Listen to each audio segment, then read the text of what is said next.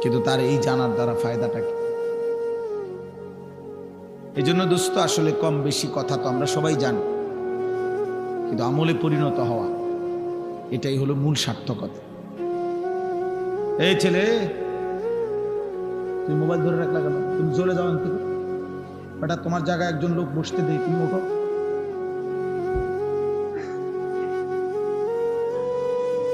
কত মানুষ দাঁড়ায় রয়েছে, তোমার জায়গাতে একজন বসুক।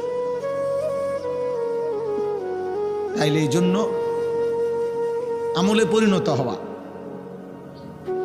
এলেম তখনই এলেম হয় যখন তা আমলে পরিণত হয়,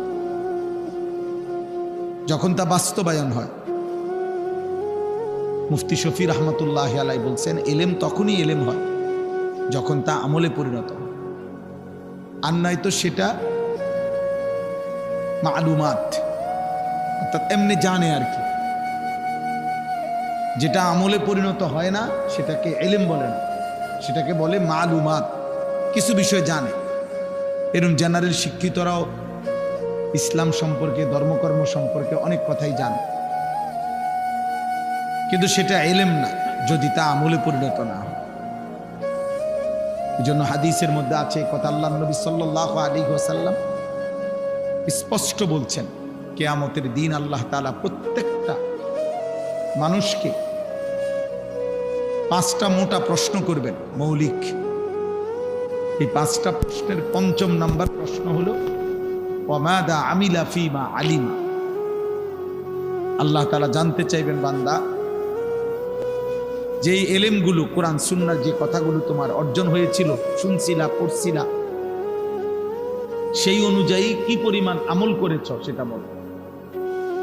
তোমার আমল বুঝায় দাও। তাহলে কর্মে পরিণত করা, বাস্তবে পরিণত করা, এটা জরুরি।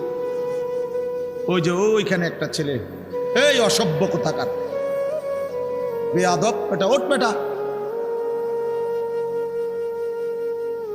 ফালতু কোথাকার বেটা।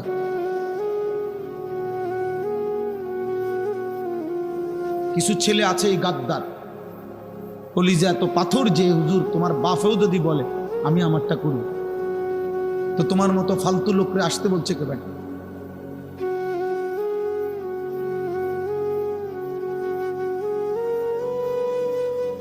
কলিজা শক্ত বানায়ও না বাপ, এমন পাষাণ হয়েও না যে পাষাণ দিলে কুচি ঢোকে না, এটা লানত।